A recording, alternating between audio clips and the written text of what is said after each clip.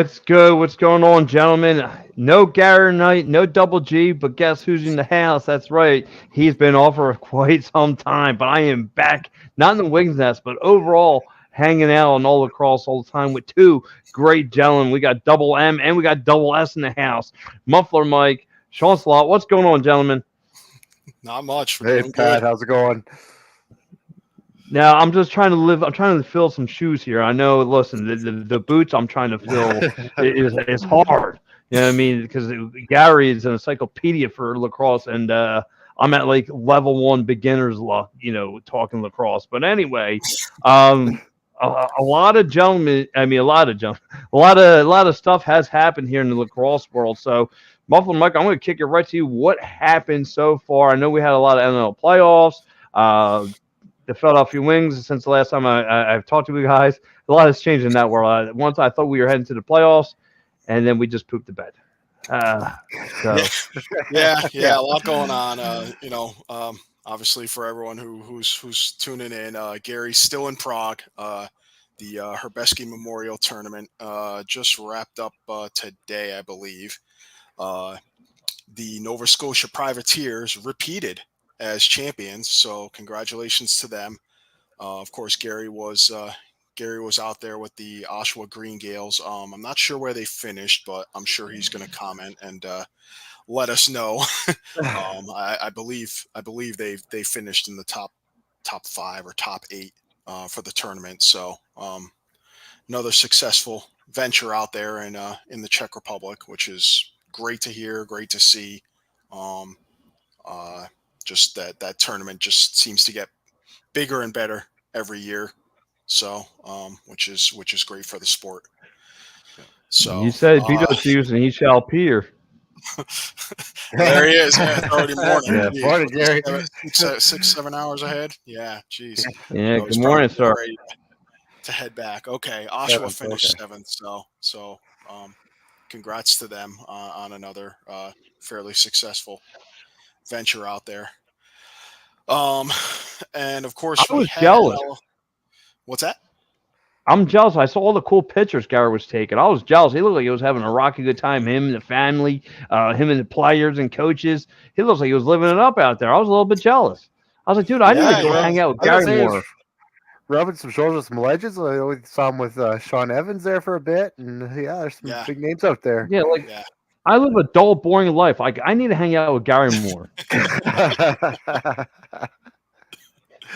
Well, you can always come up to Utica in September for the World Box Championships. That should be something. So men's and women's for the first time ever. I believe they're going to have 10 teams, if I'm not mistaken, on the women's side box. So that's going to be a big deal. So shout out to Michelle Boyer, friend of the show, head of World Lacrosse, who was worked tirelessly to put that together and to get them included for that upcoming tournament in September, I believe it is. So obviously we had NLL playoffs this weekend, but we do need to back up because last week we went on early at 11 a.m. and there was one Week 21 game left to play as we were signing off. And it still had playoff implications, too. It still had playoff implications. It had playoff implications. Yes, it did. So, yeah, Pat doesn't want I know, Pat. Yeah, trust me, Pat. This is not intended to be a beatdown session on the Wings. Hey, listen, I'm numb to it. I'm numb to this feeling. They traveled to Rochester, and Rochester had beaten Georgia on Friday. They had a doubleheader and entered the weekend with about a 3% chance of making the playoffs, and they needed to win both of their games and have Vancouver, Saskatchewan, and New York all lose. Well, entering this game on Sunday, everything had happened except for their second win, and they came out guns blazing. Led 6-2 at the half, 10-2. I'm sorry, 6-2 after 1, 10-2 at the half. Pretty much steamrolled the Wings 12-3. Well, I mean, it looked like to me the Wings were there just for the trip. I mean, it looks like they were on autopilot again. The Rochester had the meaning of wanting to make the playoffs. The Philadelphia Wings looked like they were just there just to say, "Hey, we were here," and that was it. I mean, obviously there's something going on in Philadelphia between the front office, the players on the field, and so forth. Because and you guys, I mean, I get it. Maybe you want to play for spoilers. There's not much to play for. You're not trying to get hurt. If that's what you're trying to resume, I guess all those things. But Rochester just wanted to get in, and they wanted to handle business from the door, and they did. They came out and straight punched Philly in the mouth, and Connor Fields just 7 goals in that game. I mean, just a playmaker. Just absolutely showing you why he's one of the top players in the league. Absolutely, absolutely, and he should get MVP consideration at this point. I don't think he's going to win when you take into account what Josh Byrne and Dane Smith have done in Buffalo. Jeff T almost single-handedly Yeah. carrying New York to the final playoff spot instead. You know, I had Nick Rose in that yes, too. and Yeah. Nick Rose. So you know, it's definitely going to be tough to see if he gets snubbed for a finalist spot for that. And I'll say the same thing I've been saying for a couple of years now. I hope the NLL can rectify this by making some sort of like a forward of the year award or whatever you want to call it, most outstanding forward, something like that can maybe alleviate the it's almost feels like it's almost become a requirement now. And I know Christian Del Bianco, a goalie, won MVP last year, and Matt Vince has been considered the last couple of years, but it almost feels like at this point an MVP award is just automatically going to go to a forward, and one of the forwards who, racks up the best stats. And I tend to have an issue with it just because, okay, you got a lot of stats, but if you got a lot of stats on a team that didn't make the playoffs, say like Jeff Teat, there's that. That's been the question with that too, right? Can a guy nominee or even a winner, would it make sense for players on a non-playoff team to win an award like that? Yeah, I mean, we've seen it done in other sports. I mean, the one that always comes to mind for me is it 87, the Cubs. Andre Dawson won the MVP, and I think they were a last place team. Yeah. But he just had monster numbers that year hitting, and they just decided, okay, he was he had a great season and was worthy. But the Nighthawks this year, I mean, they've definitely gone as Connor Fields has gone. So I it's feel tough to. Yeah, I was gonna say, Mike, I feel a little bit of that, and I feel like this is a completely different team too when Rylan Hartley's back in net. All due respect to Hutchcraft, sorry. He's not Ryan Hartley, and this team just does kind of a 180 when he's in goal. Yeah, I agree. We'll talk about it in a bit when we get to the playoff game, but it definitely I'd say it definitely showed there too. Limiting Toronto the way he did. Despite not coming out with the win. But I mean, all I can say about that, right, is one more hit to the head, and who knows? Like, that's his last. Yeah. I mean, I guess maybe the concern,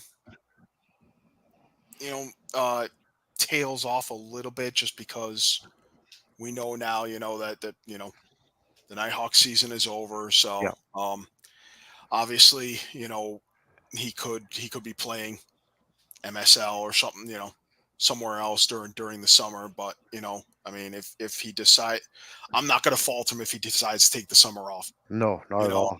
And just, make sure that he's, as healed as he can be from these injuries.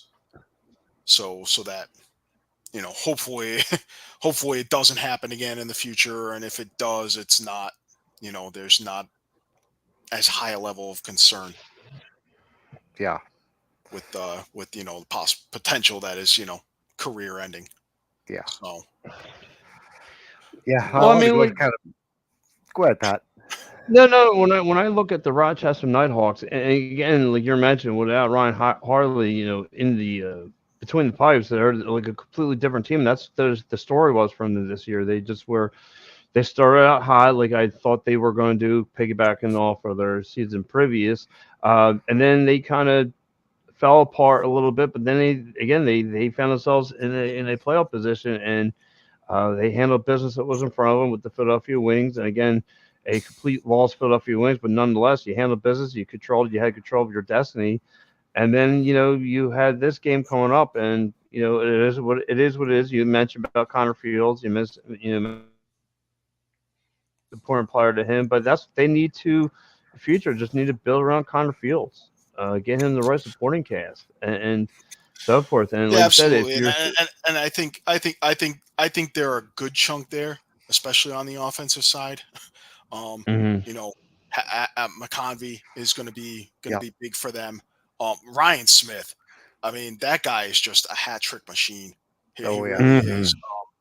Unfortunately, I mean, man, I was gonna say we didn't see it, this weekend, but we actually did. He did have a hat trick in the playoff loss to Toronto, but but that guy's a beast, and to build the right side around him, I think if you're the Nighthawks, you gotta feel pretty good also about the increased level of confidence from Kyle Waters on the right side Yeah. this year. He was a guy who, he he just really couldn't find a good fit when he was with Calgary. They made that trade, and everyone's kind of like, well, yeah, what are we really getting here? And I think he's it's for me, it was one of those change of scenery type deals Mhm. that's really Yeah. helped. It's really helped Waters, and I think a 2-man game with him and Smith, we're going to see that for quite a few years to come. Yeah. Without, It's a good without, that's a good point, Mike. Is you look at some of these guys. I go back to again Saskatchewan. You look like a 33-year-old Mike Triolo, where he really didn't do much with his career, but you put him in the right system, set him up for success, and look yeah, what he's done. It's the same thing with Kyle Waters, right? You put him in the right system, put him in a position where he can succeed, give him the floor time, and let him flourish. yeah, and I think for Sask, you're going to see the same kind of. I think you're going to see the same kind of growth out of Patrick Dodds and Nathaniel Kozevnikov 100%. Yeah. in the next couple of years. We're already seeing it with Clark Walter. So, um, I mean, That's why Actually, going back, we'll get into Albany, but that's why they had to give up Marshall Powless was because they had Clark Walter sitting there on the practice roster, and Derek Keane finally said, "I have to do something with this guy. I can't have him sitting on my practice roster any longer." yeah, yeah, and it's ended up working out for both teams. So, Yeah. but I guess the last thing I'll throw in about this last regular season game, unfortunately, same old story for the Wings. I mean, Zach Higgins, 49 saves. He set an NLL record, single season record for saves with 757. But he doesn't set that record if not for the fact that he faced 64 shots, Yeah. and it's just it. I don't care if you're Matt Vince. I don't care if you're Nick Rose. I don't care if you're CDB. You face that much rubber, And he was too, doing it. too, too many are going to go in Yeah, and he was doing it. to affect the outcome of the game. And you might be okay once or twice in the season, but he was facing it night in and night out. Like he had nothing in front of him. Yeah, and I, obviously, go ahead, Pat. no, from a, and again, thanks to you guys for me covering it now over a year. You just see it, and it's frustrating. I mean, there been goals where it's gone by, but then like you said too, Shawn, the defense. Where was the defense in front of them? I mean, it was so lackluster. So the miscommunication and sticking the man-to-man, sticking the zone defenses, the set screens that the opposing offenses were throwing out, and leaving guys wide open. And you saw in this last game, I mean, Connor Fields did whatever he wanted. He could shoot from the outside of the box. He can shoot. He was hitting those spin moves. He was pushing R2. He was doing all sorts of things, whatever he wanted to this defense. And the defense just had no answers and just it was flat. And that's what it came up to. The defense was just flat overall, and there was just no bailing out Yeah. the goaltender. I don't mean to chuckle, but it's almost like, you see that one goal he had where he basically made 3 Wings defenders who were all converging on him collide and all collapse, and then just crease dive. Like Keystone I Cops, mean, right? that's Like, it's almost like that was the Wings defense this season in a nutshell. In a whole. Just watching that one and a whole.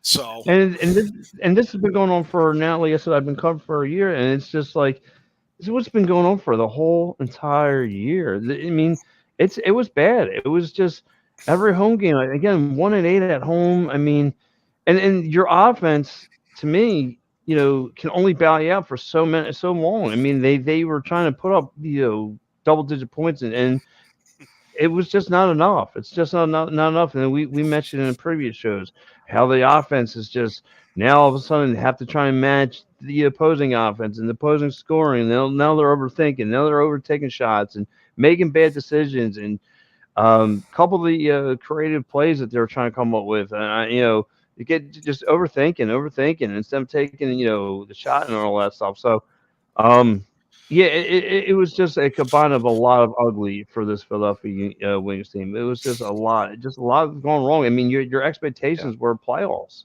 and now all of a sudden your expectations were just to get the number 1 seeded, Slaght. I mean, it was like I watched Sixers season, trying to make a playoffs, and all of a sudden we're just happy to get the number 1 seeded teams. I mean, number 1 seed in the playoffs. So you failed. Yeah, and that's what was disconcerting with me with this last game is I think you hit on the head pad, just like they were going through the motions. And when you have the firepower that Philly has, even with a goaltender with Rylan Hartley, to put up 3 goals. Come on. Yeah. You have it's tough. and It's you're definitely tough. That's tough to swallow. That's and Mitch Jones can only do so much. You had Joe Russell Terrence, who looked really, really sharp this year. You had Ben McIntosh, Sam LeClaire was getting his in there, getting some goals in there. Holden Gattoni did some things. Blaze Reardon, after the injury, switched up his play. He used to be in the box trying to bulldoze his way through. And then all of a sudden he started taking a lot more outside shots and inside. So I don't know, some of the philosophy and some of the change, the playbook changed a little bit. So I don't know. It's just and like I said, it's just the focus that you're trying to you're worried about the defense, and all that stuff. It kind of it's what hurt this Wings team. Yeah, and of course we'll get to the kind of the aftermath of this. Obviously, with the win, Rochester, does the seemingly impossible and does clinch that final playoff spot. A few days later, head coach and general manager Paul Day, did write a letter to the Wings fans. I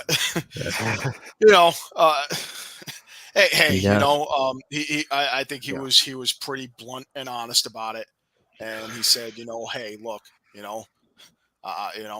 as much as I've honored to have coached this team since the reboot, if you will, we haven't attained our goal. We haven't certainly looked like the Wings of old. 6-time champions.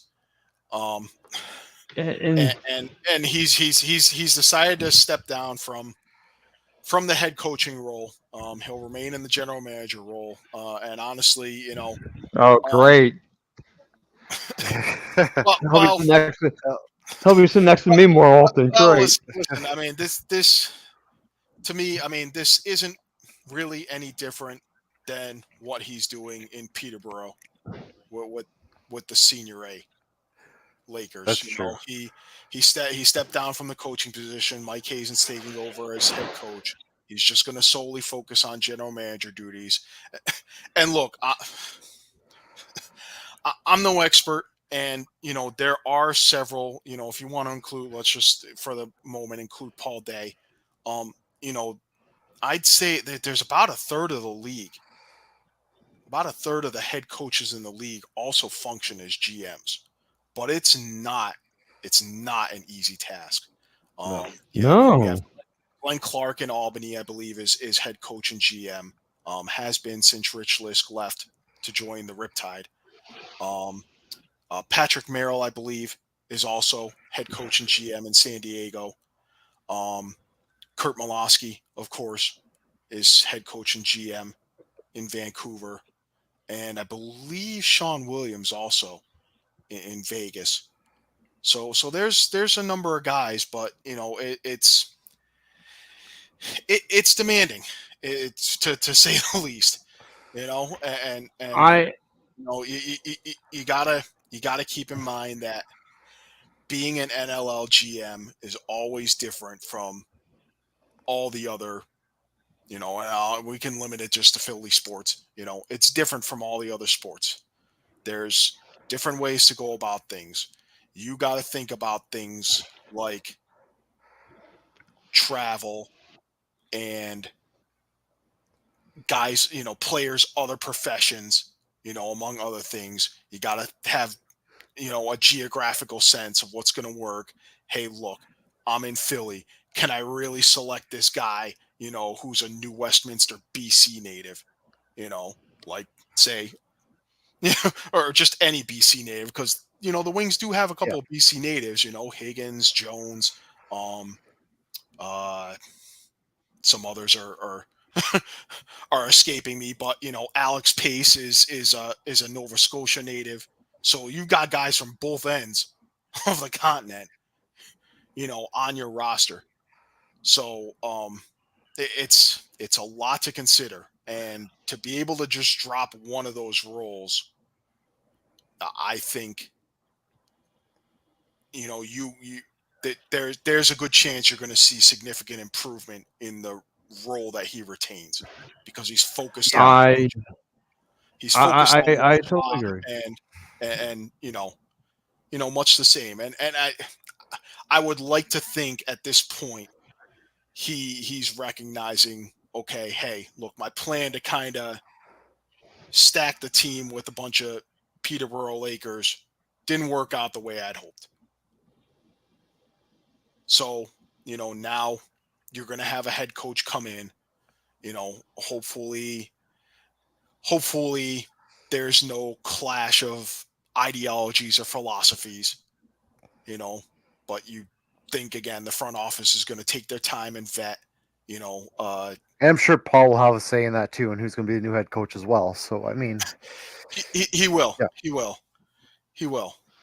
But One I guess the only other thing I would add is with the defense, I still feel like I feel the same way. Really, I felt the last couple of years like they need an identity, and I think they Yeah. were yes. again.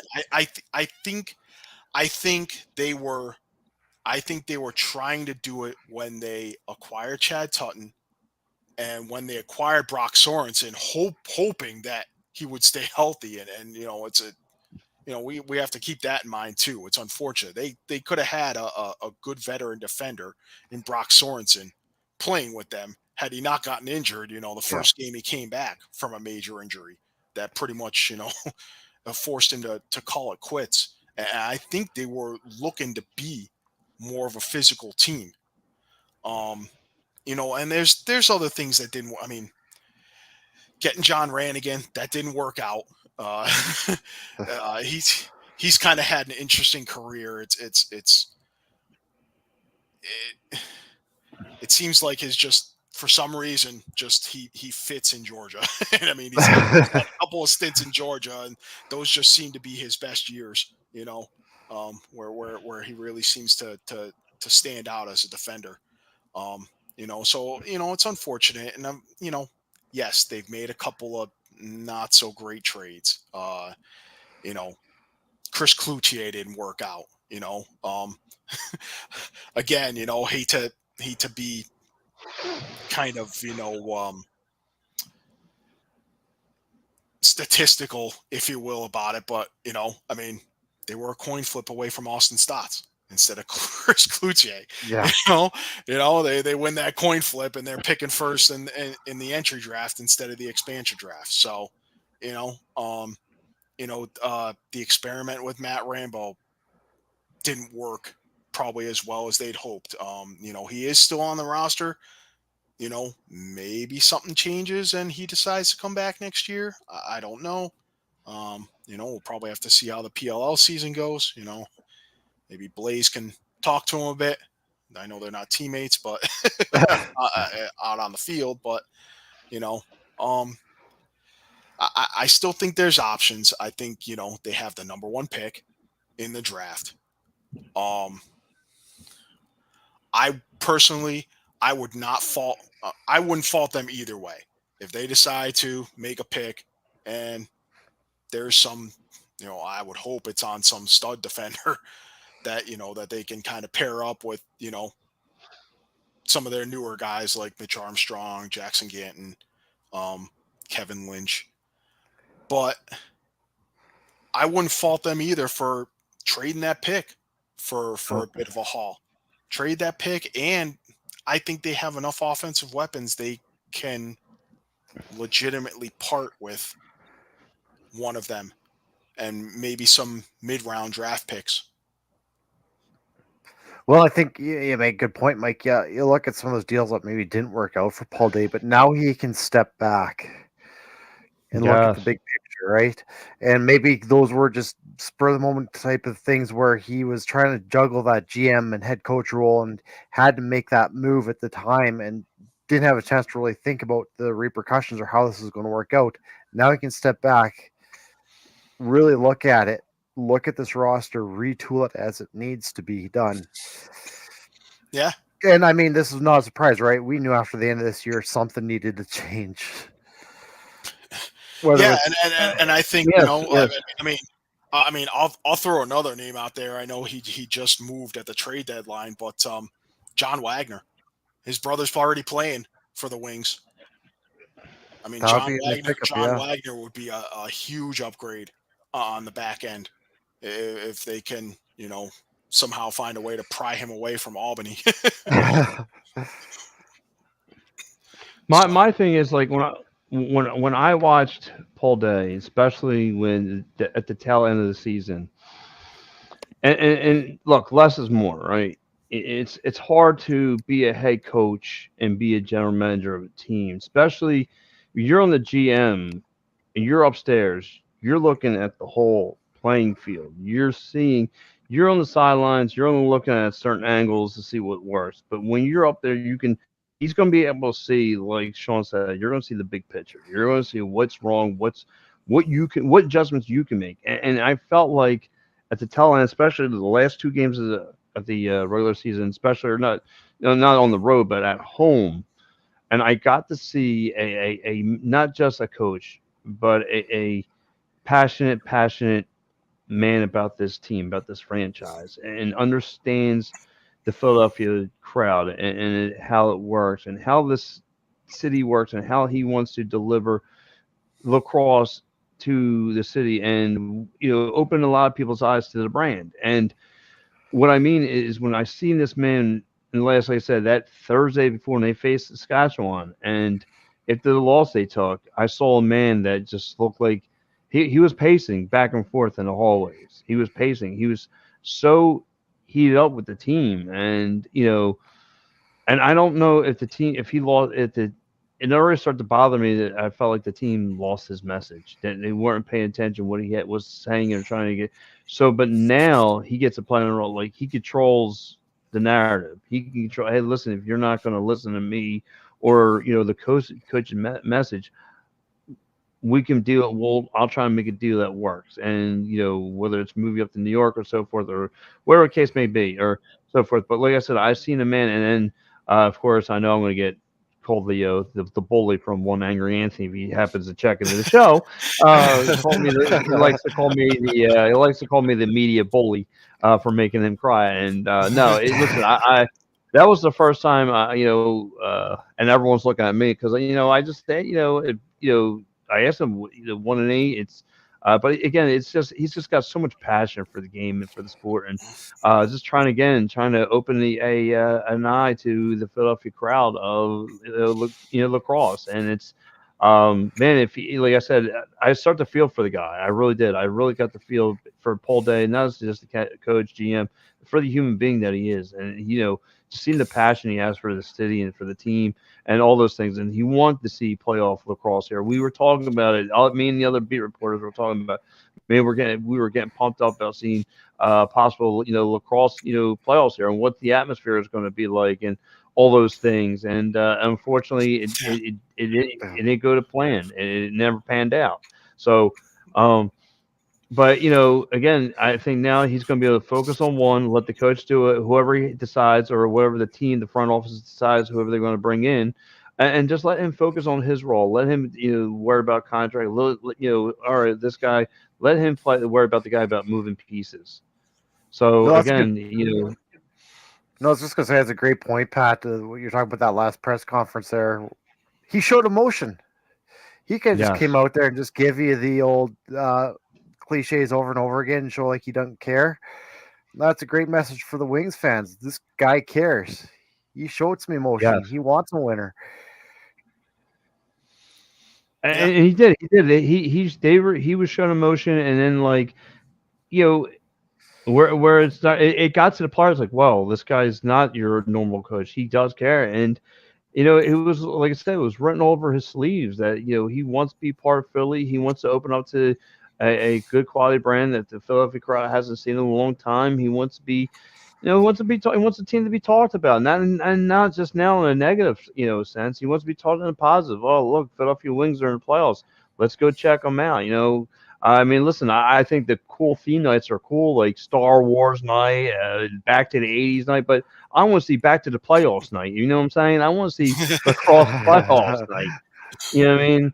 Forget WWE night and all those things. I want to see playoff night. That's what we want to see. That's what Philly wants to see as a winner. So, and listen, he's going to be able to do some things now. He's going to be just focused on one goal. He'll be able to sit next to me, and maybe he can ridicule me. I don't know. Maybe he can make me cry. No. Well, listen. If anything, all I'd say is look at Albany. They were 3-15 last year. Yes. Yep. And now they're headed to the semifinals. So, it can't happen even with significant retooling. Yeah, because Albany's got a lot of young guys on that team, but man, they built it right. Yeah. Yeah. And they have Dyson Williams coming in next year. So, which is even scarier. Yeah. Nothing like adding a generational talent to, the possibility of, winning the cup this year. So, but we'll move on. Should I get to the next? Should I get to an ad read real fast? Want to take a quick commercial break? Yeah, sure. Let's take a quick commercial break. If you're a Philly sports fan and you want to travel with your favorite team, then travel with the best. If you want to travel with the pros, then go to phillysportstrips.com. Philly Sports Trips features premium travel and tailgating experiences for the best fans, ever, the Philadelphia sports fan. Philly Sports Trips has self-travel packages and full travel packages available with round-trip flights for Phillies, Eagles, Flyers, Sixers, and even the Union. They even offer day trips for more local games. Go to phillysportstrips.com, sign up immediately, and tell them EOP sent you. Do not forget, Philly Sports Trips has all the away trips for the Eagles' upcoming 2024 season, including the Brazil trip week 1. Jump on it now before you lose out on all these great opportunities. Go to phillysportstrips.com and don't miss the next great Philly sports moment. All right. Thank you, Dives. Thank you, buddy. But yeah, that was Philly Sports Trips, guys. Man, get in touch with those guys. Always good stuff. Always a good time. But now, and real fast before I go any further, of course, guys, listen, Philadelphia, Edge of Philly Sports only getting bigger and better with. Oh, sorry, I skipped. Yeah, there you go. Edge of Philly Sports only getting bigger and better. Tomorrow, you start your morning off with Phil Stifle training in the AM with this bearded, beautiful young man. Start your morning with him at 8 o'clock in the morning, talking Philadelphia sports. Great guy. And then, of course, you go later on in your night there. You got, Party on Broad, and then you got Matty B. He's always pleasantly plumb talking Philly sports. So again, guys, we got so much more action. But yeah, let's continue on talking some lacrosse. Just Sunday nights belong to the lacrosse here, and all lacrosse all the time. Let's talk about it. Hey, yeah. So, another in addition to Higgins' single season record, we had another goalie, Christian Del Bianco, set a record for minutes played in a season. So, between the overtime games they had, he actually played more than a full regular season, believe it or not. So, and I do want to also note, I believe Nick Rose of the Toronto Rock did win the Triple Crown, if you will. So what's that? Goals against average, Save save percentage. percentage, and is it wins? Is that the Must be. last one? So 15 wins. So in a GAA, I believe it was under 10, almost under 9.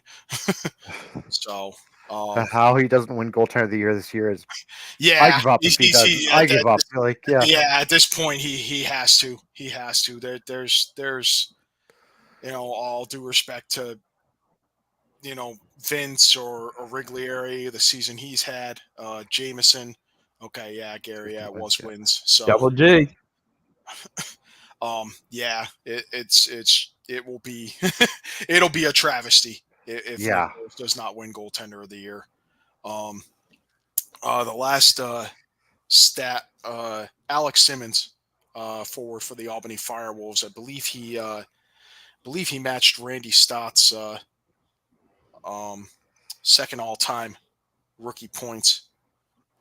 So just behind Jeff Teet's record-setting rookie year. So congrats to him on his accomplishment. And like I said, hell of a year. That's a hell of a year. Yeah. Yep. And that generational talent coming in. That's pair him with. Yeah, I mean, Tyson. My goodness. I mean, just take that offense and add that, and I mean, personally, I'd put it on par or with Buffalo at this point. Yeah. So, but we'll move on here. We've got we had another letter to the fans from another head coach and GM, Kurt Malosky of the Vancouver Warriors, and I know Shawn wanted to discuss this. I'll just read Kurt Malosky's letter to the fans real quick.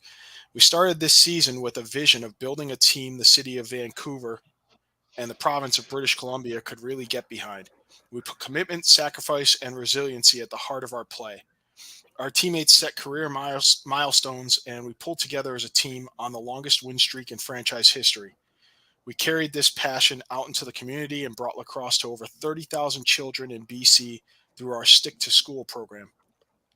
None of this would be possible without your overwhelming support. You showed up game after game to amass an army of Warriors pride, leading the league in record-breaking attendance growth.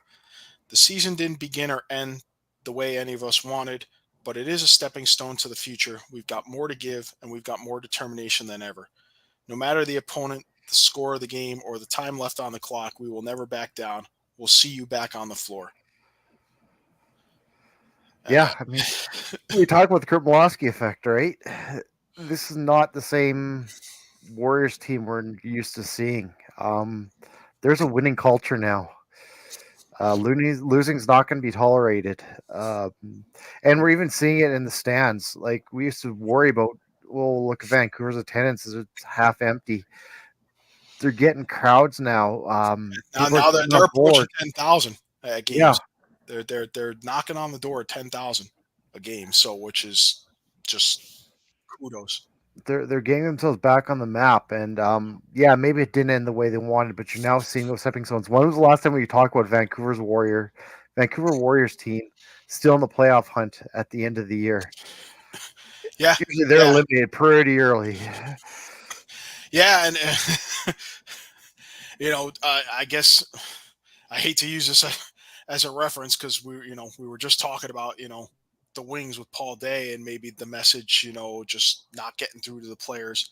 I mean, look what happened after that one game where Molosky pretty much kind of had the tirade post Yeah, game it's kind of called and everybody just out. Yeah, basically said, "I am embarrassed by this team, and all those guys in there should be embarrassed too." And I forget which game it was. It was bad. It was a bad yeah, blowout. It was a bad blowout at home. I'm not sure what their record was at that point, but I mean, this was a team that was 2-8, and they basically made it to the brink of the playoffs, much like Georgia did last year when they started 0-7 and basically were 2 games away from clinching a yeah. playoff spot. So, um, It's kind of an exact opposite situation with Philly, right? Like the players bought in, and when he went on that tirade, they sat up and listened. yeah, yep, they received that message loud and clear, and I'm optimistic about them because I think there's not going to be much player turnover. So it's Yeah, a chance to just for this team to just build on. I mean, we already know they've got some great pieces, especially on the defensive end. We've seen the huge increase in confidence from Aiden Walsh in net. Partly thanks to the mentorship of Aaron Bold. yeah. Let's not forget this guy's a you know a 2-3 time champ. A Three Finals times. Yep. MVP, 3-time champ, and a Finals MVP. So nothing to sneeze at. Um, you know that defense they're building around Reed Bowering, Owen Grant. I mean, that's going to be they're going to be 2 cornerstones. And let's face it, you probably need more than one hand to count the number of guys who are really cornerstone defenders on that team when you talk about Matt Beers and Brian Dilks, Yeah. you know? So, to get those guys, to get most or all of those guys back for another season, I think if they can get a healthy Tyrell Hamer-Jackson for a season, Yep. you're going to be talking about more possessions, competitiveness at the face-off dot, which, only helps this offense, which, I mean, I was going to talk about the offense. I mean, look, Charlon Beatties, there's a guy that really needed to step up. He did. and he did. Absolutely. Keegan Balls really come into his own. We even talked about it. He didn't have maybe a statistical great year in Kevin Crowley, but maybe that's the piece they needed was that leadership on that offensive end, Absolutely. that real leader, that veteran to come in and say, hey guys, this is how it's done. Hey, Adam, I really need you to step up here. Or, hey, Keegan, take this shot instead of stepping back or whatever. Yeah. I think getting Kevin Crowley, it's been invaluable really for them almost with that leadership. And it's definitely shown in the way the younger guys have stepped up. I'd add Brian Martell to that too. Martell, yep. He's just absolutely. I mean, this was a breakout year for him. So and hopefully they can build on it. Well, again, the guys are probably going to be back next year, right? So yeah, yep. And they have a fairly high draft pick. Only because they got caught in that 5-way tie there at 8 and 10, and it just turns out that they kind of end up at the bottom of that whole tiebreaker. So that propelled their draft pick from like 7th or 8th to 4th. So another high draft pick, which it's a big deal for them because they had so many years where they just did not have first round draft picks after some of the just disastrous trades they made after their championship run as a stealth from 2010 to 2012. So,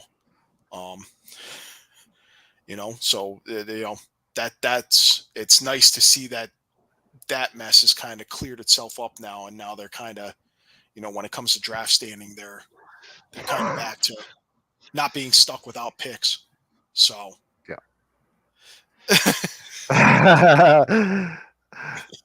oh, it's all good. Yeah. They'll stick it out. Yes, Mr. Nipples. They got me. Now beat it. Yeah, but I mean, I don't know. I mean, any other non-playoff teams you guys want to discuss? I mean, other than I was just saying, for me, though, here. Mm-hmm. I was going to say, being in Saskatchewan here, I think that's another, franchise that's looking bright. That was a completely different team that you saw at the beginning of the season and the end of the season. I mean, Toronto put their best players in that last game, and that Rush team pushed them to the brink, and they got a lot of good young talent. Like you're mentioning, Dodds, Clark. You still have Mans in that situation. And again, you're still got Levi Anderson in waiting in the wings. Even in the back end, you still have Holden Garland. Billy Kidd III had a big year. Jake Boudreau is probably one of the top transition players in the league right now. Ryan Barnable. There's a lot of pieces to still build on there, and they're all young, so you're going to keep that core together. Yeah, it should definitely be good. I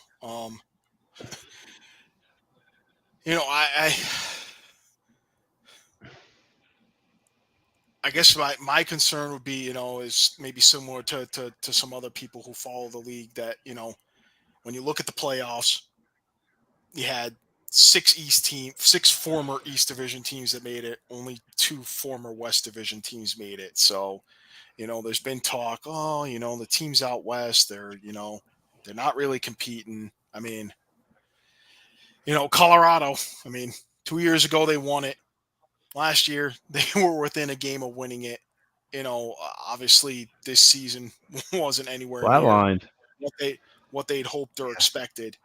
But I'm not sure I buy kind of that whole idea that there's like an East bias, or that the Eastern teams have just this huge advantage over the West teams. I mean, Calgary got off to a slow start. I mean, they were, I know they were eliminated the last week of the season, but they ended up 8-10, just like Sask and Vancouver and New York and Rochester. I think they, if they don't start that season 0-3 or whatever, they don't have the slow start, that we could have been talking about them in the playoffs. So, I just feel like a lot of these West teams are right on the cusp, and they're only going to get better next year. Yeah, I think, when we talked about before, I think the West teams just have to build differently than Eastern teams. And we talked about like Toronto, like they can just bring in free agents. It's not a problem with them. They don't need to build off a young talent, where it's probably a little bit harder to attract players out into the Western teams. So they are building through drafts. So it might take some years for them to build up, right? It's going to take some time for them to build up, where Toronto can build a winner now. Even Halifax, they're Eastern enough, they can build a winner now. Buffalo can build a winner now. Yeah, that's a good point, especially in light of, Toronto has 2 draft picks in the first round, their own, which is, to be determined. It'll be somewhere between 12 and 15, depending on how the season ends. And then they actually have the number 2 pick because they have Las Vegas's pick. So from a trade, I believe it was the Hellier trade, maybe. And for me, I mean, you're talking about teams that step forward, Western teams step forward and step back. I mean, I'm just surprised with Panther City, who's just a point away from making a nice little run there. You talk the probably, to me, one, if not the best team in the West, or one of. And you gave them a dogfight. You really did. This Panther City team came out of nowhere. And I know the guys who run their socials, I guess the guy who does their work is from around here. A lot of guys who went to Penn State and stuff like that. So kind of get to know those guys a little bit and get to talk to them, upstairs in the press box, and kind of get but you were talking about a winning mentality. That's what they're starting to develop there in Panther City. So again, you're just a point away from or 2 points away from rocking the San Diego Seals, and that to me is a franchise. Now you're talking about a team that has some players, but still has a lot of work to do. To me, is Vegas. Vegas has some guys I've seen uh, who could put up some numbers, who could do some things. But that's a 3 to 4 year window of rebuilding right there in order to Yeah, I was get gonna things. say I see Philly kind of in the same boat as Las Vegas, where I think there's some retooling that really needs to be done there if they really want to be competitive. But I completely agree with you with Panther City. And again, like they have Callum Crawford kind of anchoring that forwards, but they've got a lot of young guys too, like Matthew Gauthier, Jason Knox. You still got the Malcolm brothers too, of course. So they got a young core too that is just going to keep getting better. Yeah, Mm-hmm. yeah. And you'll see some of those guys obviously out west. I think Will Malcolm's with New Westminster, I believe. I believe so, So yeah. Will and Tony Malcolm, I believe, are both with New Westminster. Ryan Sheridan's with Nanaimo. Of course, got to mention who's backstopping New Westminster to a possible another Man Cup. My man Zach Higgins. So just look out for that this summer. Might have to make you our New Westminster correspondent. Yeah. Get you on some WLA games. But no, but I Nope, definitely I'm agree. PPL now. I definitely agree. Tracy Koloski is definitely very, very slowly building a nice culture down in Fort Worth. I only hope that that they find a way to solve the attendance problems there and Yeah, yeah. to justify not relocating because they really are on the edge. I mean, obviously losing Jonathan Donville, hurt them pretty bad. They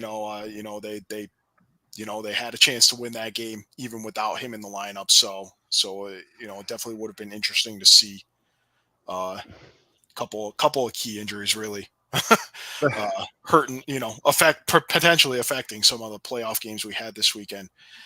But yeah, I agree with Vegas too. That's going to take a couple of years. I think I think the fan base, it is there. I'm hoping with the move to the Lee's Family Forum there in Henderson, hopefully fans who are going to the Strip will continue to follow the team to Henderson, and I'm hopeful that the new arena will kind of do the same thing Michelob Ultra Arena was doing with some of the visiting fans and really giving them that that experience and that incentive to come out, in large groups, to come watch, which it just helps the league in general. So,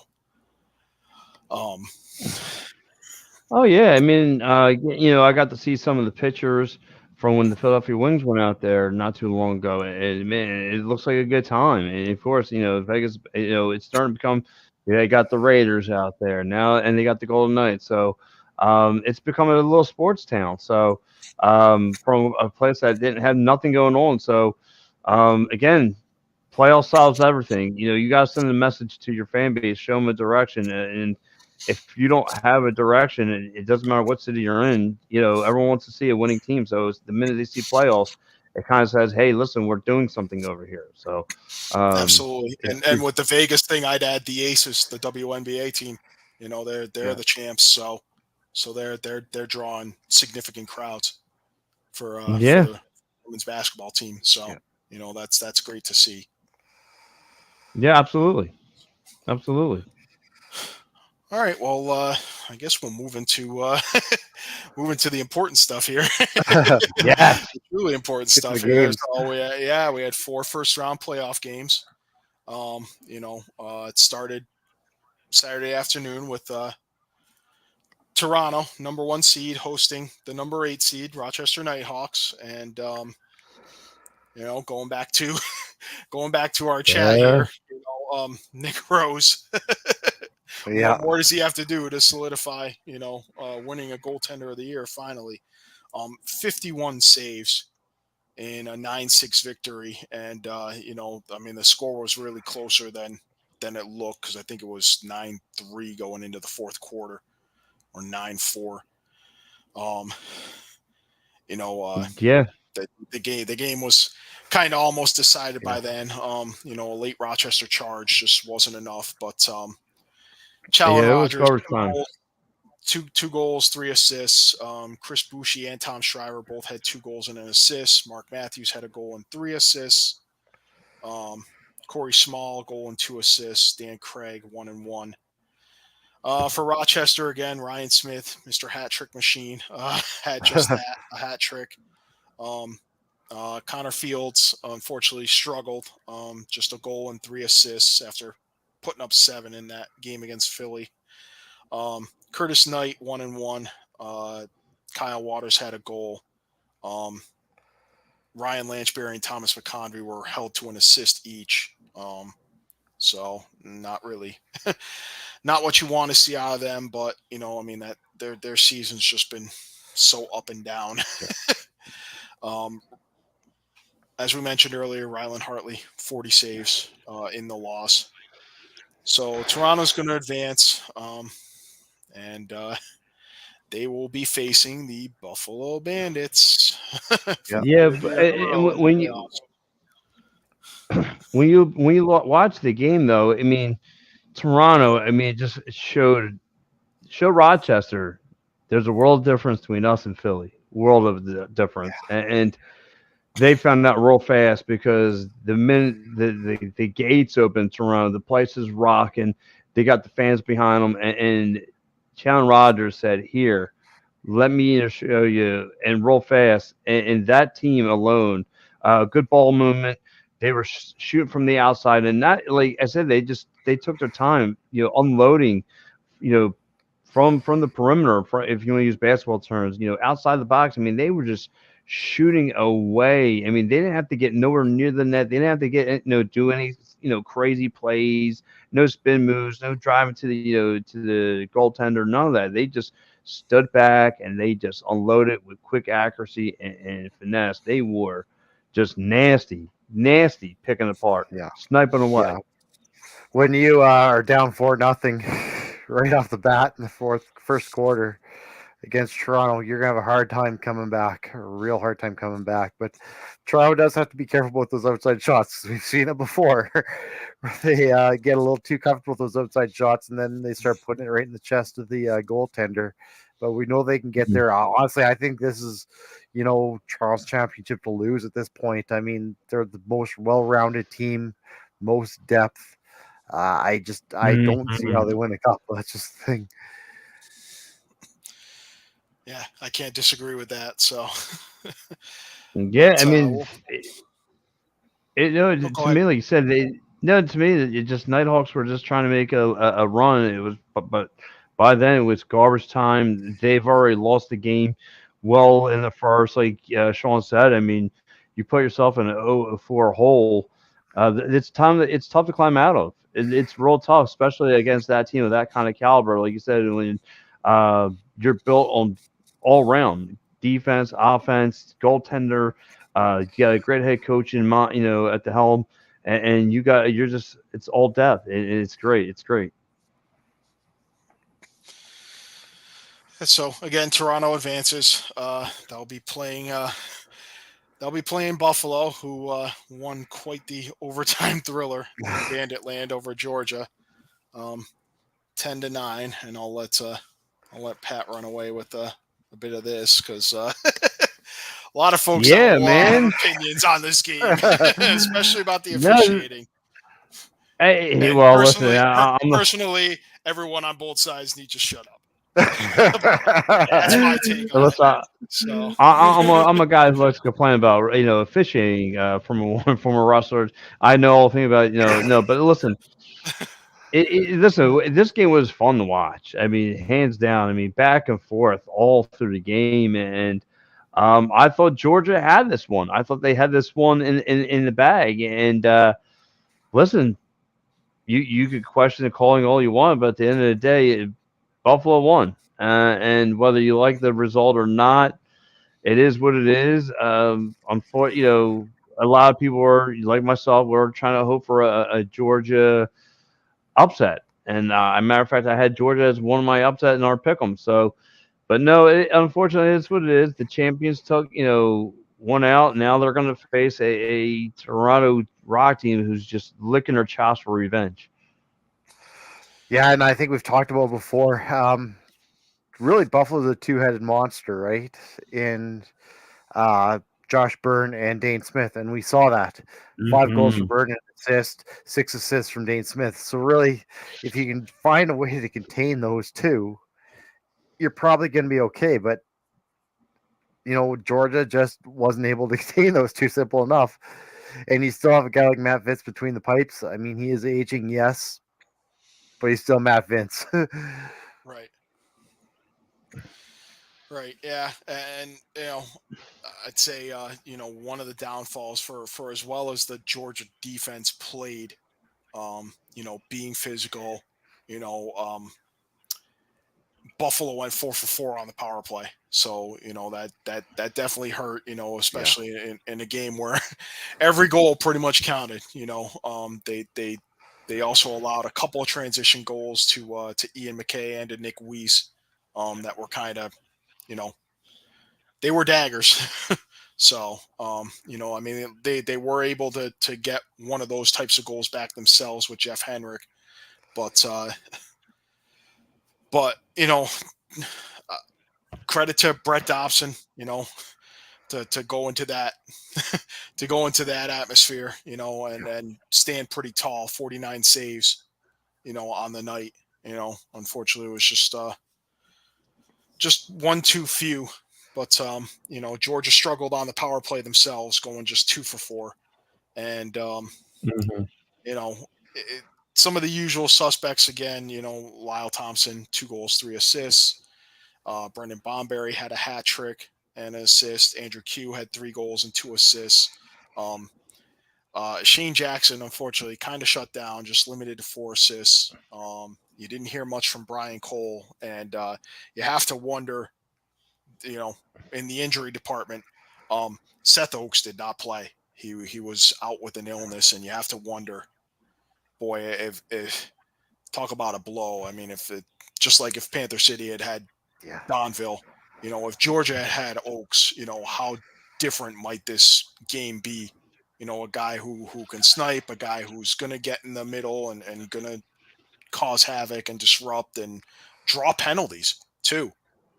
So, he does a masterful job getting inside and drawing penalties on the opposing defense. So, we could have seen guys like McKay headed to the box a little more than they were. And I would like to point out, for all the Buffalo fans who think that the refs were biased against them, Georgia had more penalty minutes in the game than Buffalo. So just want to point that out. So, I also recall seeing 2 Georgia defenders bodied right next to each other late in the game and nothing called. So yeah, but yeah, it really did start to kind of unravel in the fourth with the officiating, and it was on both sides. I questioned at first the 5-minute major on Brian Cole for the hit on Dane Smith, but when I saw the replay, I kind of changed my mind. Yeah, just because when you get a hit like that right in that area near the boards, he did get him from behind. Yeah, he did get him from behind. Yeah. It's so tough not to call that. There's that thin zone, if you will. Maybe a few feet out from the boards, where it's like if you hit someone and they're going into the boards, you're gonna get that call. Yeah, that boarding call, because it's just it's a dangerous hit. It can be. Yeah. Well, yeah. I mean, how many times have we seen it? I always go back to the Jeremy Noble, Greg Hardy getting suspended for 5 games on the Jeremy Noble hit, and that was probably not as not as hard as the hit we saw Cole put on Smith, last night. So, but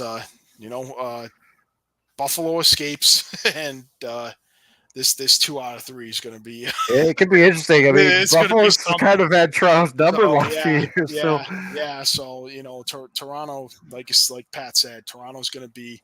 They're going to be licking their chops. They want some revenge. As Shawn said, it's their. I think it's their cup to lose too. So Friday night in Toronto, and then Sunday afternoon at 5, I believe. Sunday at 5 will be in Buffalo for Game 2.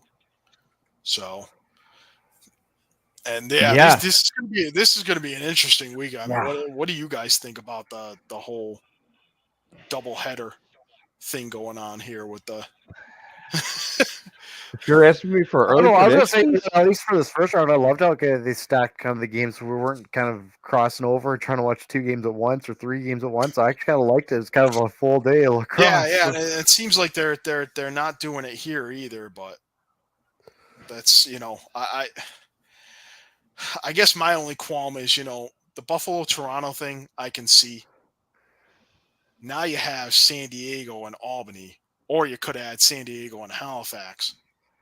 And, to have 2 games in one weekend with cross-country travel, that, to me, that puts... Yeah, it's tough, It puts that side of it puts that side of the bracket at a distinct disadvantage going into the finals. And maybe that's kind of disadvantage you have with the unified standings, right? Is you're going to get those matchups in the playoffs, and how do you juggle that in a 3-game series?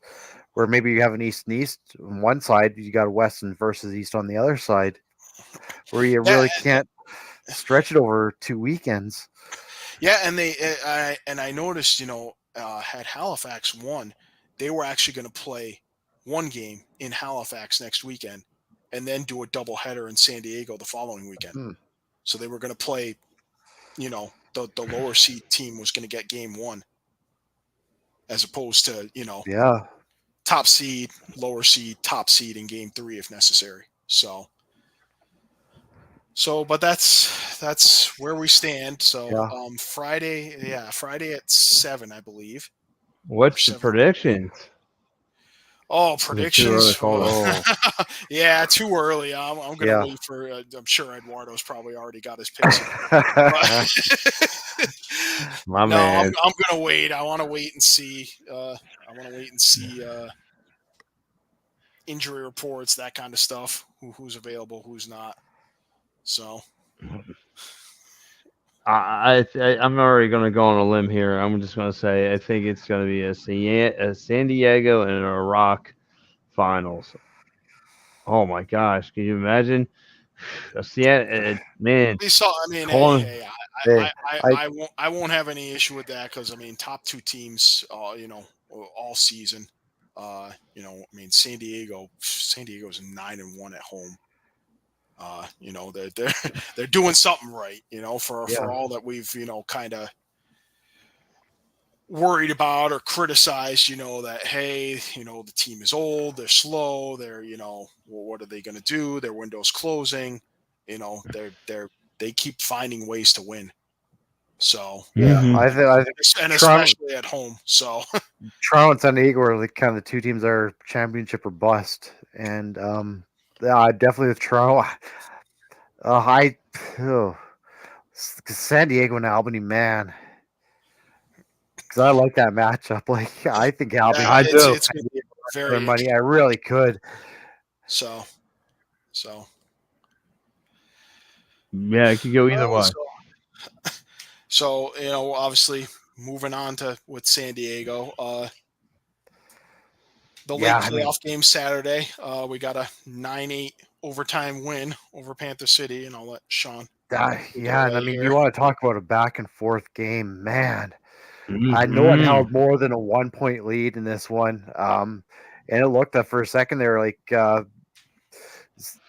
Panthers City might have the edge, especially in the second quarter when Will Malcolm gave him the 6-5 lead. But Dane Dobie came up with a goal with 2.5 seconds left to go in the half tied. And you know what? The experience just came through in overtime with Dane Dobie finding the back of the net and shot around the defender, kind of his trademark thing.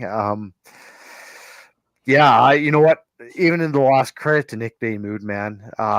54 saves, 9 goals against. He had a hell of a game. And I mean, again, just one more save and he could have maybe had it. And even then, I mean, it took over 2 minutes before anyone scored in overtime. It was a back and forth. It was a defensive battle, as you can see from the score. But yeah, Dane Dobie with a hat trick, Austin Stotts with 4 goals, 5 assists for Westberg. Interesting, they didn't have a goal, but I mean, he's a playmaker out there.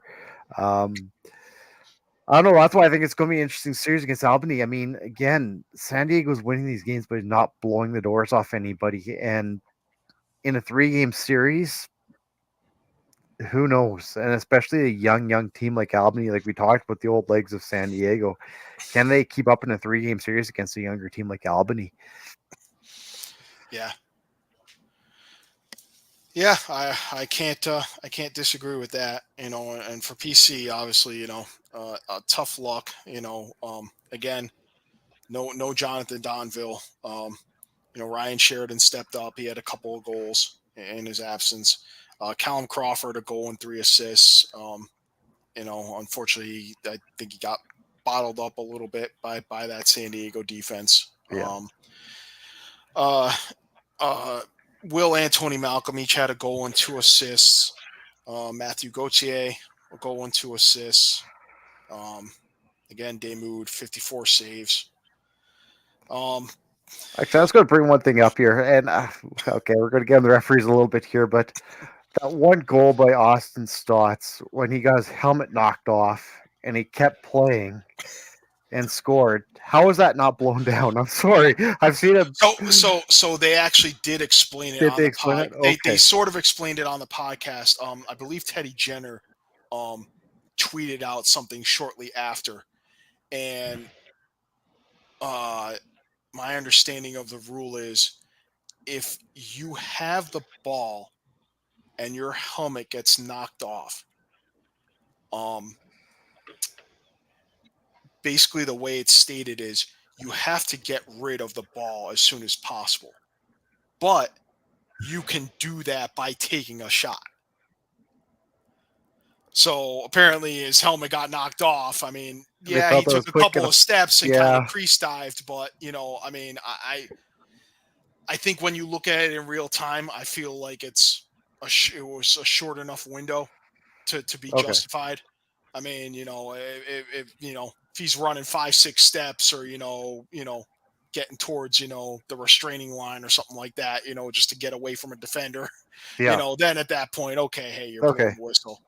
So, but that was the explanation on that, and I know for I can see if a Panther City fan, if you're a Panther City fan, I could still see how you'd be. It's just definitely like you said, he did take a couple steps. But I mean, I get it too. On the flip side, the refs are calling us in real time too, right? Like bang bang. And if you're if you're a Panther City fan, you're going, okay, hey, we got away with maybe not getting called for going up high or something. Yeah. Penalty, but obviously allowing the goal hurts too, especially in what ended up being an overtime game. So where every goal counted. So, yeah. So, I mean, for Panther City, I think, again, I think you're not going to see too much in the way of movement on personnel. I think the big question is going to be, is Callum Crawford coming back for 19th season? Yeah, because I think that really kind of anchors that team is Callum Crawford. I think that's a big piece of the puzzle. Yeah, I think so, and I would hope he comes back. Obviously with this weekend, we've seen a number of players, exiting who kind of sentimental feelings, because Yeah. they're guys who have had long careers, solid careers, in the case of Ryan Benesh and Callum Crawford, definitely, first ballot Hall of Famers. But they've never won a championship. We still have, Brody Merrill still seeking his first championship as a player. So I really hope, I really do hope he comes back. I think, much like Kevin Crowley in Vancouver, that level of leadership and mentorship is just invaluable. Yeah. And obviously part of the rationale for, the trade that got him to Panther City was just the fact that, he lives nearby in the Midwest. So, there's, obviously, this lingering question about whether the team is going to relocate like New York did. I would have to think, if we don't hear something this week, hopefully they're safe, or, hopefully we get something similar to like the Rochester, where they're like, okay, hey, look, we're just going to quash any rumors now by putting out, our stay, renew your season tickets, that announcement, that kind of thing. Yeah, and I know Gary said it before, and I agree with him. Maybe it's a situation like Las Vegas where they're going from Fort Worth to Dallas, just where it's a bigger center, have more of a chance of a drawing crowd versus Fort Worth, where they're just not in a good situation. Maybe it's just not so much a relocation per se, it's just kind of moving into a different area. Yeah, that's certainly a possibility. So now, I don't recall offhand. Is that's not the same arena where the WNBA Dallas Wings play, is it? Because I know they're owned by the same ownership group. So hopefully, if the Dallas Wings are playing elsewhere, maybe hopefully that arena, can be configured for an NLL team, and they could find a way to make it work if they think Dickey's Arena isn't working. So, yeah, I mean, if I'm them, I'm just trying to see if I could put them under the same building with the maybe the Stars and the Mavericks. You might want to try somewhere in there. I mean, because like you said, Fort Worth. I mean, then again, like I'm surprised because like like those small areas with nothing going on, like the Rod should be able to draw a decent crowd. You know what I'm saying? Like Rochester, it's like an island on its own, so they draw decent crowds.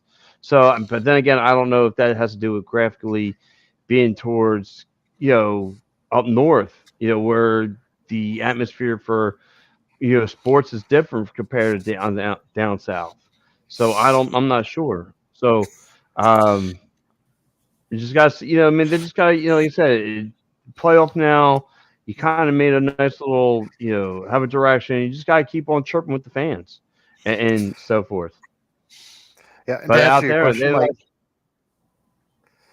I was going to answer Mike's question. The Dallas Wings play out of College Park Center at the University of Texas, so they're in Arlington. okay. Yeah. All right. That's interesting. Well, I mean, whatever they decide, I certainly hope they can find a way to make it work and be there for another season, because I certainly think if they can retain kind of most of their roster, I think they're going to be in really good shape. You might say one thing they're missing is a kind of a face-off guy. Tyler Burton kind of struggled. He was out for a bit and kind of has struggled at the dot since coming back. He's kind of their only guy right now, but maybe a few trades or something, they can find a guy that will work, find someone in the draft, and to get that offense some more possessions would be huge. Yeah. It would certainly boost their chances of winning, and being a contender next year. I think. Yeah, I was gonna say like they probably not far off to hosting a home playoff game, but again, going back to those attendance was like that's Yeah. not gonna look good. That's not gonna look good in the league if you're playing a home playoff game and it's an empty arena. Yeah. You only got 1 or 2,000. Yeah. So, well, let's hope they can find a way to turn things around. So, Hey, Ryan, what's up, buddy? Ryan. So I don't know, Pat, you want to run another? Sure, I certainly can. Get our fine folks who are tuning in. Yeah, get them all. If you get hurt at work, in a motor vehicle accident, personal injury, or affected by criminal law, you call David R. Cherry of the Cherry Firm. Cherry Law Firm is here to fight for you and get what you deserve. Cherry Injury Law is a dedicated, well-established personal injury law firm built on the promise of aiding the seriously injured throughout the state of Pennsylvania. If you have been seriously injured in the state of PA by the negligence of another, and if you have questions for a Westchester or media personal injury attorney, please don't hesitate to call. Call 610-565-0300 or go to cherryinjurylaw.com. Let David R. Cherry fight for your right. And again, that number is 610-565-0300 or go to cherryinjurylaw.com. Great moments don't just happen, they happen with you in the crowd. Sherry'sTickets.com is easy to use and has no hidden fees. The price you see is the price you pay. Pay less, play more with Sherry'sTickets.com and get the tickets you want. Save even more by using the exclusive promo code EOP10 and share an experience that will live on. Don't pay hidden fees and save 10%. Why use any other ticket reseller and get those hard-to-come-by tickets to the big game? If you need a more personal touch, give them a call at 610-494-5050. Sherry'sTickets.com also has great theater and concert tickets that are hard to get your hands on. Remember, don't overpay with the rest and save with the best at Sherry'sTickets.com. For that next great moment, save 10% by using the promo code EOP10. Great moments start at Sherry'sTickets.com. Yes, we are back. We're alive. Yeah. I got to mourn the loss of Sumi Dog there. So he was my secret NLL insider. Well, we are back. We are alive. We're back on all Lacrosse all the time, and we are continuing the NLL playoff picture, and we have one more game to break down. Yeah, so today, final game, third-seeded Albany Firewolves at MVP Arena against the sixth-seed Halifax Thunderbirds, and much to all of our dismay with the pick'ems,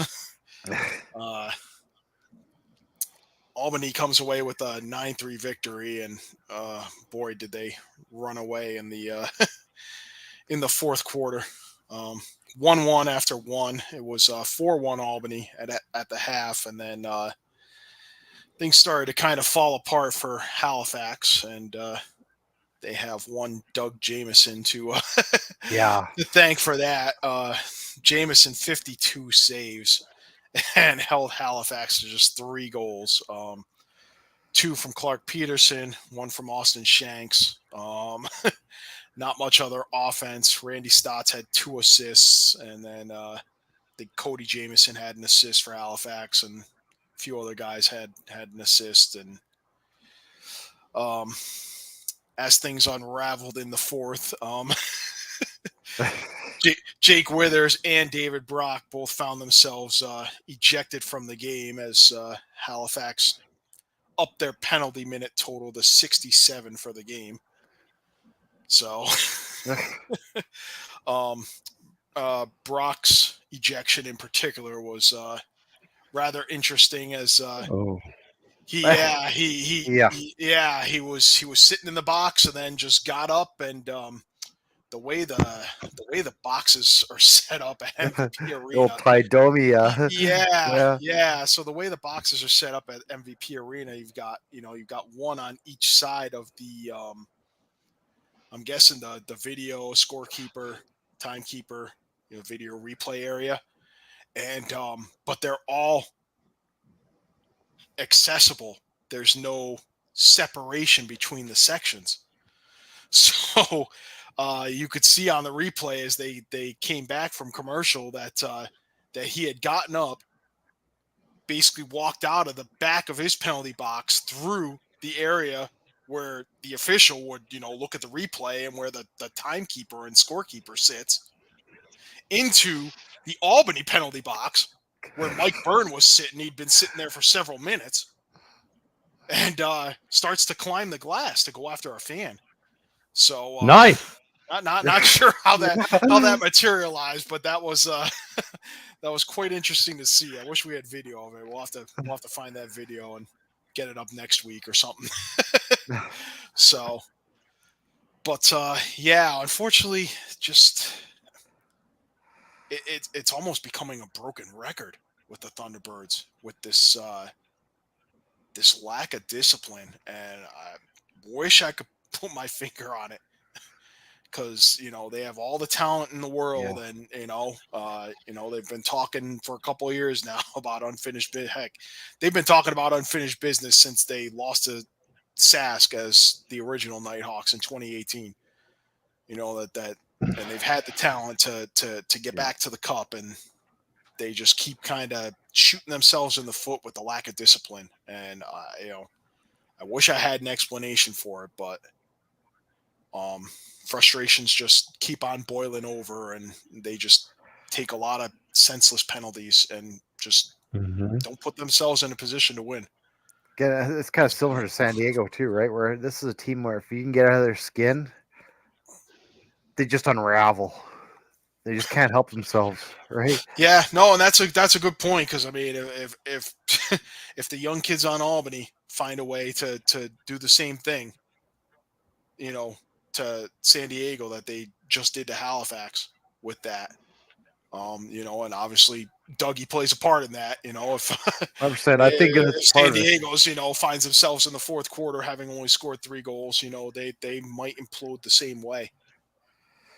So 'cause I was going to say that's part of it. I mean, in some ways, this Albany team goes with Dougie and how he goes. Like, if he's having an off night, the Albany team's going to struggle. If he's playing well, they have a chance of winning. it's definitely a fair assessment, because obviously Albany didn't reach double digits in goals either, so no one really had a big standout game. I mean, John Wagner had 2 goals and an assist, but both his goals were late when things were already kind of in the bag. Yeah, and Halifax was unraveling. Travis Longbow, a pair of goals, but you had Ty Kurtz just had a goal and 2 assists. Alex Simmons just had a goal and an assist. So those are your big players that you're going to need big production out of against San Diego. And same would go for Ethan Walker, who I think I don't know what Walker's stats were offhand. I think he had a goal. I could probably get up here. I was going to say, I mean, Albany had 7 different goal scorers too, compared to the Thunderbirds, who really got production out of 2 guys. Yeah. So I mean, that tells you a little bit too. Like there's a little bit more depth there. Yeah.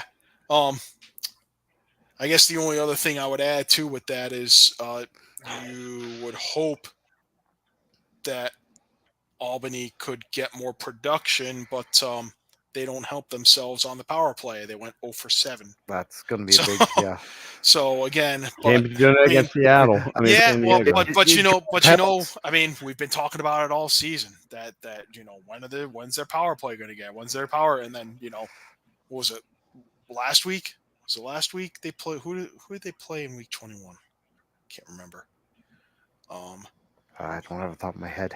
Who are you talking about? It was the Riptide, but they had I think it was their week 21 game or their week 20 game where suddenly we were, holy cow, the power plays come to life, and and now it's back to kind of where it's been all season. But again, here we are, we're talking about them not succeeding on the power play, but they came out with the win and a solid win at that, and they're moving on. So. Well, and that's a valid point too, because if you're getting under, Albany skin or San Diego skin, and they're giving you those opportunities, you got to capitalize on them still, right? True. So No, I mean, uh, I'm just looking at the penalty minutes in this game. Albany 4, Dunderberg's 28. You pretty much spent a half hour in the penalty box. oh, it was more than that. No, it was more than that. He's looking at John. They had 67 penalty minutes. John Wagner had the most penalty minutes for Albany with 4. Yeah. David Brock had 28. Yeah. So both him and Withers, they got a major, and then they were pretty much given, unsportsmanlike, game misconduct, and then I think a match penalty, basically. So they were both chucked from the game with about 2 minutes left or so. Yeah, and Brock had a dead ball foul earlier in the third quarter as well, added to his. Yeah, so I mean that number's a bit inflated just from those two guys, but I'd also note that that's going to carry over to next season, and both I don't know that Halifax has already talked. They talked Brock out of retirement, I think, this year. So who knows if he's going to retire this year or not? Makes I'm retiring. Yeah, but if he's coming back, he and Withers are both going to be serving 1-game suspensions to start next season, most likely. Unless they somehow win on appeal or something. And Withers could be a players union. So yeah, that's going to be a bigger loss than not having Withers for your season opener. So yeah, so the Firewolves advance. They'll be taking on San Diego, and that's going to be Friday night at 10. Is it 10 or 10:30? It'll be 10:30 your time. Yeah. Okay. Yeah. So Friday night at 10:30 in Game 1 in San Diego, and then Sunday at 3 in Albany here. in Game 2. So yeah. So we're gonna have 4 games next week. And so just look over your right shoulder and you just pick could one. be coming on this time next week talking about the finals if they're both sweeps. So. Yeah. That's ready to go. Yeah. I'm ready to rock. I can't wait. I can't wait for the weekend. I guess we'll cover the pick'ems before we cut out here. Gary, Shawn, myself, and Eduardo all went 3-1. Pat went 2-2 because he chose Georgia for the upset. We all so close, Pat. We all struck out on Halifax. So everything's pretty much staying the same. Gary's at 84 and 55. Shawn and Eduardo are tied for second at 82 and 57. Pat's 79 and 60, and I'm on my way to the base, my friend. You're making it with 500, Mike. No, I am at 69 and 70, so I'm one game under 500. With probably. I've got tired about hearing about you being. I've got at least 6 games to work with, possibly 9. Nice. So, just a couple other things I'll add into just for the season. Home teams have won 77 games. Away teams have won 62 on the year. And we haven't mentioned it in a while. Brandon Robinson's initiative, the Buffalo Bandits forward, for Morgan's message. 63 goals scored this weekend. Total for the season is 3,170. So awesome. So it'll look like they'll be headed to about $3,200 or so. That's awesome. That's going to go to that initiative for mental health, which is awesome. So, and I think that about wraps it up, guys. All right. Yeah. So, obviously want to thank everyone for tuning in, and stick with us next week. Gail or Gales with his Tales of Prague. Yeah, we'll definitely hear more about Prague. Well, I'm sure we'll get some pictures. We'll get some video. We'll be getting you all the coverage that we can of the NLL, and yes, yeah.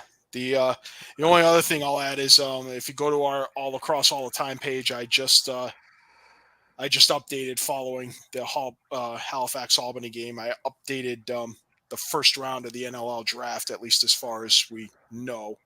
Obviously, Philly. Yeah, Philly's going to have the number 1 pick. The number 2 pick right now is Toronto's pick that they have from Vegas. And then we have Georgia. Toronto's how to get rich. Then we have Georgia that actually has Philly's original first-round pick that went to Rochester and then to Georgia. Then you have Vancouver, Calgary, Saskatchewan picking 6th. Then Buffalo has 2 picks in a row, 7 and 8. The first they got from Riptide / Black Bears. I guess we'll start calling them Ottawa at this point. And then the number 8 pick is the one that originally belonged to Rochester. Georgia's going to pick again 9th. They have Panther City's pick for the first round.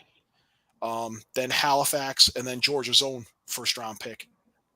So, and then the remaining picks are Albany's, which belongs to Vegas, Buffalo, San Diego, and Toronto for 12 to 15. That's to be determined. So, but Georgia does have 3 first round picks. Buffalo has 3 first round picks.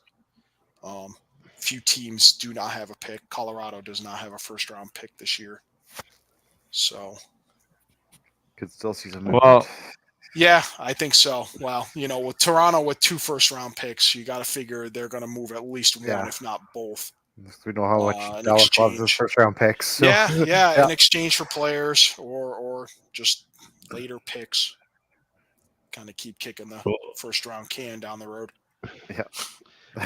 Well, for me, I'm really excited because next week, in the month of May, we get 2 Final Fours. We're going to Final Four NLL lacrosse between, like we just mentioned, the Fire was Toronto, San Diego, and Albany. And then, of course, at the end of May, we get the Final Four NCAA lacrosse, which I can't wait to get down for. I loved it. I had such a ball last year covering it all Memorial Day weekend. I didn't leave there. I just had a phenomenal time covering Penn State, Notre Dame.